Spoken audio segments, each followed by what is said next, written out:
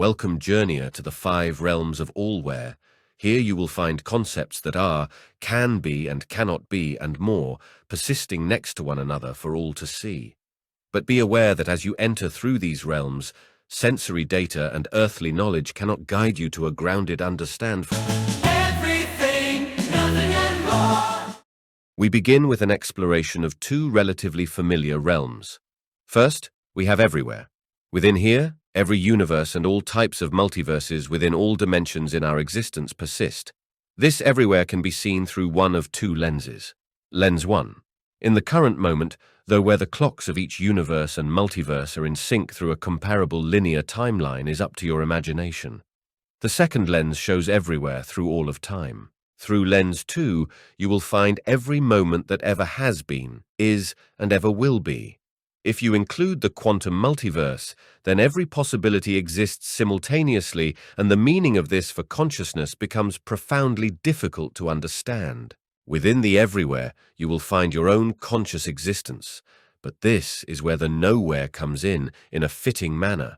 Moving over to nowhere or the void, you will all that is not. Through lens 1, based on linear time, this is where you were, or rather where you existed not prior to your conscious conception. In 3000 BC or 3 billion AD, as far as we know, we all were categorized in this nowhere. But here's where things get really interesting. As far as we know, we all were categorized as part of the nowhere for billions of years, until suddenly and drastically appearing in the everywhere. Per linear time, we will continue to be in the everywhere before abruptly returning to the nowhere, and hopefully many, many years from now.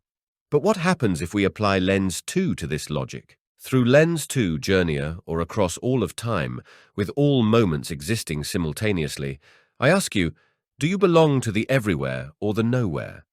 One way to answer this is to determine that, per science as we know it, you belong mostly to the nowhere but partially to the everywhere, but this is hardly the only possibility. Alternatively, we know, at the minimal, we belong to both everywhere and nowhere through lens 2, meaning that existing solely to nowhere is not an option because you are conscious right now. However, the second possibility beyond being part of both is that you are entirely bound to everywhere across time. This can be made possible through conscious reinception forever after throughout the multiverse, whether otherwise or quantum. But what else can we find in the nowhere?